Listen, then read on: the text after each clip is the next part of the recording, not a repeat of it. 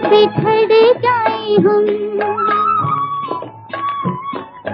रहना मेरे संग हरदम, ऐसा न हो कि बिछड़ जाए हम। घूमना है हमको दूर की दिशाओं में, चलो चले माँ सपनों के गाँव में। कांटों से दूर कहीं फूलों की छाँव में, चलो चले माँ।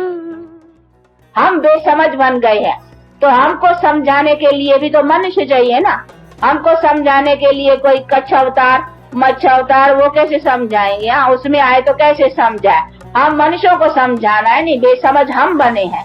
हमारी बेसमझी से तो हमारा सब कुछ खत्म हो गया है।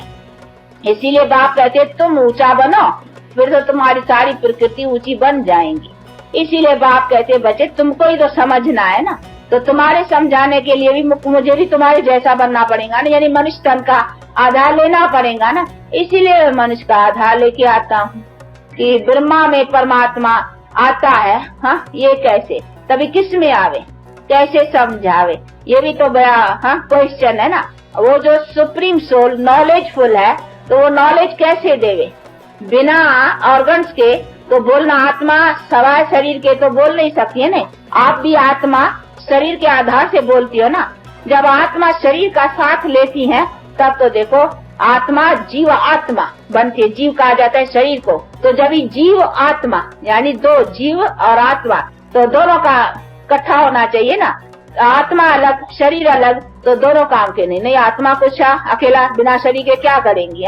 और न शरीर कुछ कर सकता है? शरीर डेड बॉडी पड़ी है, कुछ करती है? नहीं करती है। वो काम की है नहीं, तभी तो उसको जला लेते हैं या कब्र दाखिल कर देते हैं अपने रस्म के मुजबा।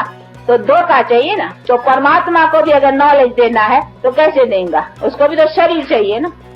अभी वो किसका शरीर लेवे तो ये भी समझने की बात है ना। वो भी फैसला होना चाहिए ना भाई किसका शरीर लेवे। तो कहते मैं आता ही हूँ अधर्म के टाइम पर, जब ये पतित दुनिया है। तो पतित दुनिया में मुझे कोई श्री कृष्ण जैसा देवता है, सर्वगुण संपन्न, 16 कला संपूर्ण है ही कहाँ से? वही तो मैं बनाने आता हूँ। ऐसे मनुष्य तो मैं बनाने आता हूँ ना। तो जो चीज मैं बनाने आता हूँ वो चीज पहले कैसे होगी? होंगे नहीं ना ऐसे मनुष्य।